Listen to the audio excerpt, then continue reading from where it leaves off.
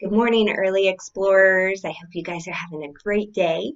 Today we're going to do another fairy tale story. Yesterday, if you were able to watch Jack and the Beanstalk, that's a fairy tale also.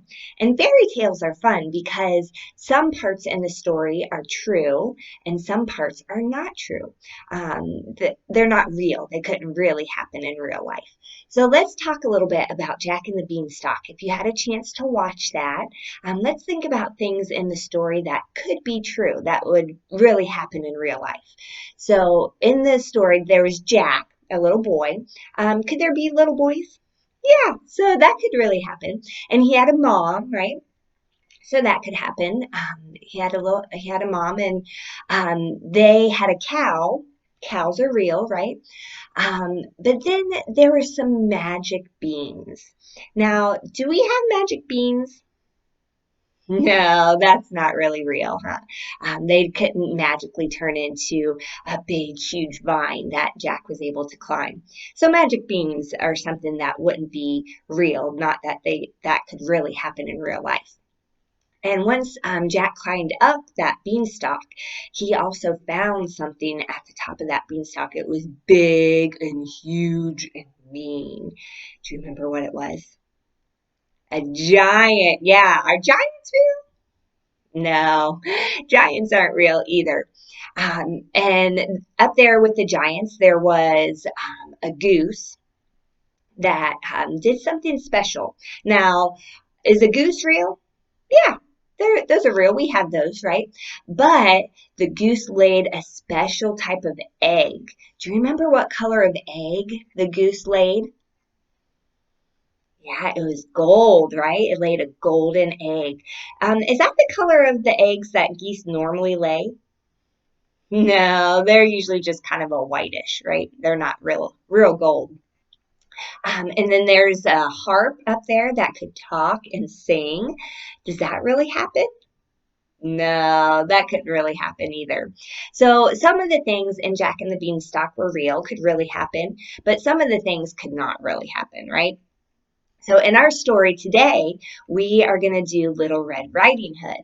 And in Little Red Riding Hood, there's some things that could happen in real life, but then there's also some things that could not happen that aren't real. So as I'm telling the story, see if you can figure out what is real and what is not. And at the end of the story, we'll talk about it, okay?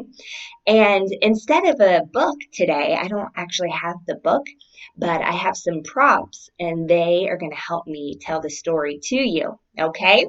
So, in the story of Little Red Riding Hood, there was a little girl and her name was Little Red Riding Hood. And she was named that because she always wore a little cape on her head as part of her coat.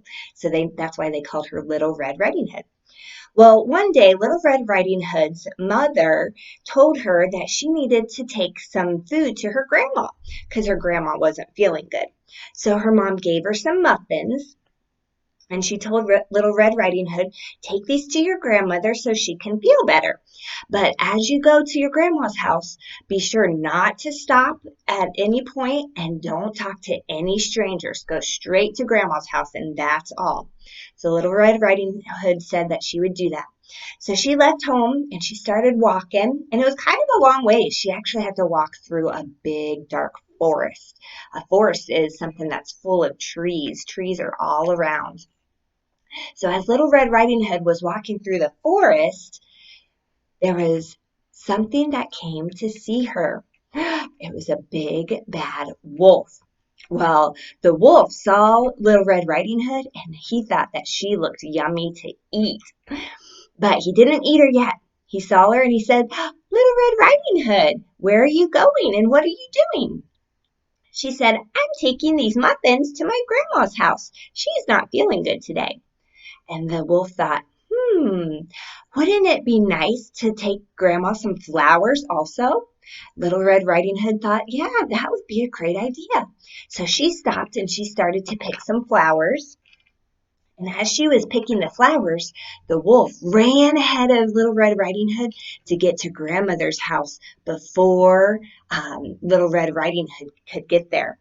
So he ran ahead, and as he got to Grandmother's house, He came to the door and knocked on the door. Now, Grandma wasn't feeling very good, so she was in bed and she didn't want to get up and answer the door. So she said, "Who is it?" And the big bad wolf said, "It's me, Little Red Riding Hood." So Grandmother said, "Come in." So the big bad wolf came in. He saw Grandma in bed and he grabbed Grandma out of bed and threw her in a closet. He thought, "I know Little Red Riding Hood is coming soon, so I will put Grandmother's cap on and get in bed and I'll pretend to be Grandmother. And when Little Red Riding Hood gets here, then I can gobble her up." So Big Bad Wolf got in Grandma's bed, and sure enough, a few minutes later, he heard uh, on the door, and it was Little Red Riding Hood. So the Big Bad Wolf said, "Who is it?" And Little Red Riding Hood said, "It's me." So the Big Bad Wolf said, come in, child." So Little Red Riding Hood came in, and she saw the wolf in Grandma's bed and thought, "Grandma looks awfully different now." She said, "Grandmother, what big ears you have." "All the better to hear you with, my dear."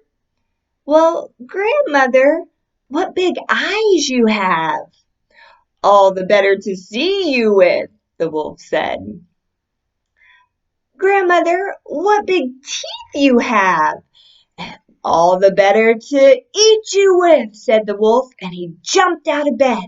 As he jumped out of bed, Little Red Riding Hood screamed, "Ah!" And just then, in the woods, there was a woodcutter that was cutting down some of the trees, and he heard Little Red Riding Hood scream. So he came running into the house. He saw that big bad wolf. He grabbed him, and he threw him out the door and said, "You don't come back ever again." And the wolf got so scared, he ran off and didn't come back ever again. Then the woodcutter helped Little Red Riding Hood get Grandma out of the closet. "Uh, thank you, woodcutter." And they were so thankful that the woodcutter had saved them, they invited him to stay and have some muffins with them that Little Red Riding Hood had brought for Grandmother.